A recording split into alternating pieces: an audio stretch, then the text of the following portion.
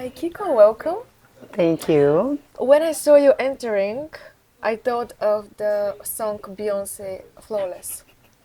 You wake up flawless. Yes, I So love I Beyonce. thought about you right away. This song just reminded me. I think it's a very good description of Thank who you are. you. So we're happy to have you in our podcast series Future of Fashion. Thank you so much. And my first question to you, it's in regards to vision of the brands and design philosophy. Your designs uniquely blend creativity and inclusivity. Can you share your vision for your brand and what you hope to achieve through your work? Okay. I would say with the brand because I was born male and now transitioned to being a transgender woman, and I think it just naturally came up as something that I would definitely fight for in terms of creating my collection or creating a piece.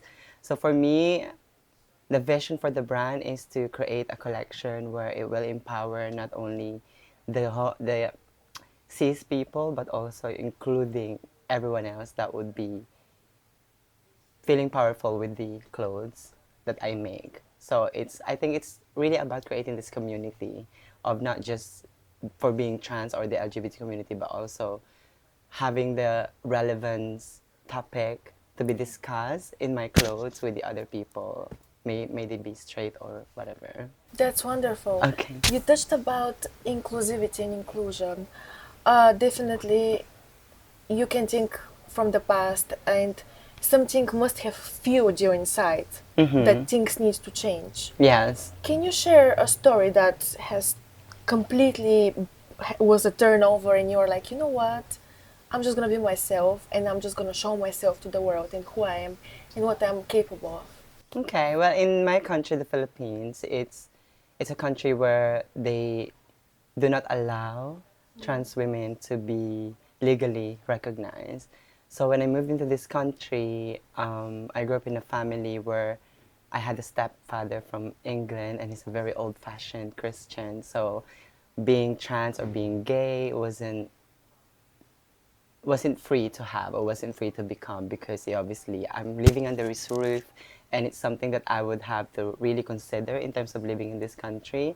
And as soon as I've learned about the culture in this country, that's when I thought, okay, maybe then I can break the boundaries and think outside the box and come up with a solution of how I'm gonna be able to represent myself as a person, but not because I need to live by what is expected of me.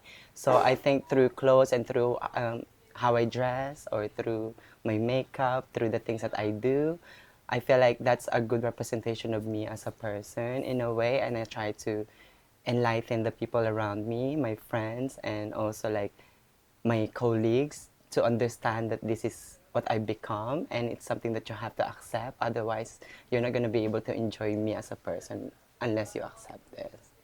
And that's probably what, until now, is what we're fighting for because up to now, we're still having stigmas around LGBT community or trans women being, being in the female team in sport or things like that. I think it's a very serious matter. So until now, we're trying to work hard and even harder to try and make our mark onto this Yeah. industry. And as you should.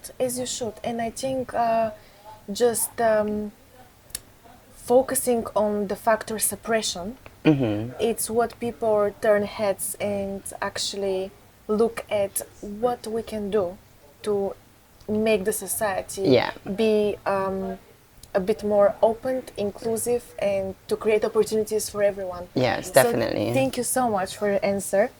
In 2020, you participated in our I'm Perfection video project. What was that experience like, and how has it influenced your approach to design beyond traditional gender narratives? Okay, so that was back in 2020. That was Seems for like ages ago, no? Yes, that was 4 years ago. And at the time, I was in my second year doing fashion degree. And it was an amazing experience because we got to see different type of people, like allowing myself to share this type of community. That's something that I don't see every day. And in terms of changing my narrative, in terms of how I approach fashion, it really did change a lot because in school or at university, you are being taught to do the traditional way of constructing a garment. But after going to I Am Perfection and doing all this video promo and stuff, I went back to uni and then I started being more creative in terms of my aesthetic because okay, in terms of going for like two pair of sleeves, maybe I can get rid of the sleeves, referring back to the disability of, many people that live by in this world and maybe turn that into fashion. And that's basically Sam. I'm so proud that I met her and I'm so privileged to be part of that because she really changed my idea of fashion. She really, like that community, the people in that video changed my perception and principle in like how I should do my creativity in fashion. So yeah, it was really amazing.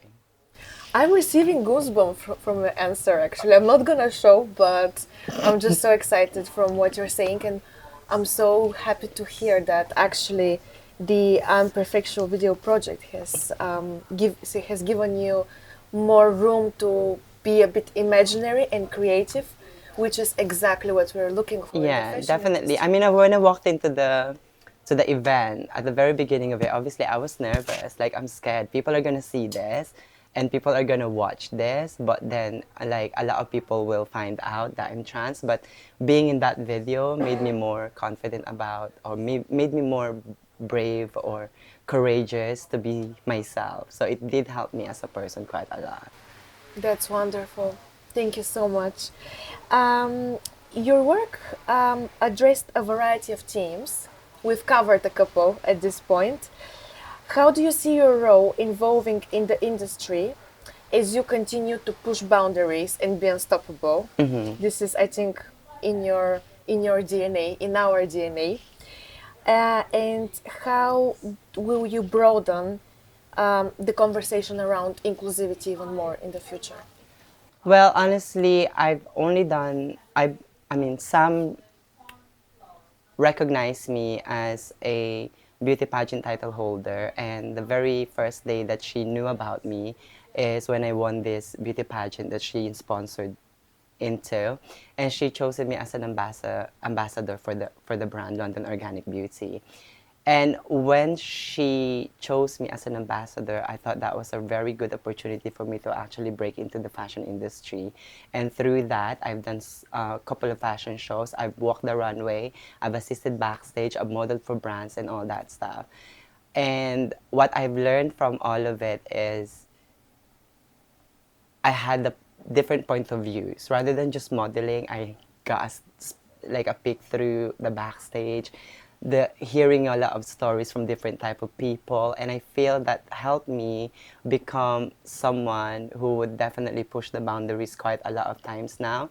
And as I said earlier on, up to now the transgender people are still fighting for visibility and for inclusivity because we're not really included in a lot of medias or industries because obviously people would look upon us and be like, oh, she's trans, that's it. But really, what I want them to know that we have this talent and a lot of us have this beauty that can be included in any type of industry if people will only give them the chance to do that. But I guess through fashion, it's something that I've mastered in terms of my skills.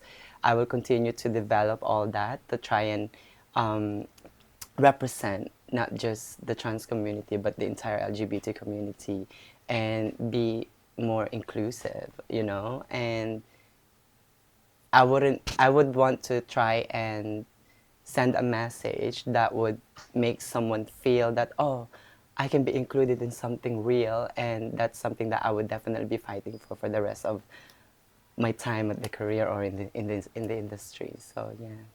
Thank you so much. That was so inspirational. Thank you Thank for the you. insights.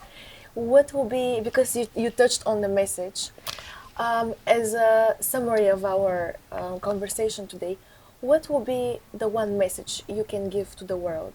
If you just can look at the camera, Okay. what will be the one answer in a way which comes to your mind, which people need to be following and be inspired by it? Yeah. I will only tell people who are watching this is to always just be yourself because I feel that there's no reason for you to hide in the closet or to even pretend. I know that social media is giving us all the interpretation of what we should become, but I feel that it's definitely more important to represent what you think is real and what you think people will be inspired by, rather than creating an image that is not you. So I feel that you should be kind to yourself and just accept who you are. And I feel that when you do that, a lot of people will follow you and you'll feel more valuable rather than just living a lie. That's all. Thank you so much, Akiko. Continue shining and Thank you be so flawless much. the way you are. Happy It to was be here. Thank fantastic. you for Thank allowing you. me.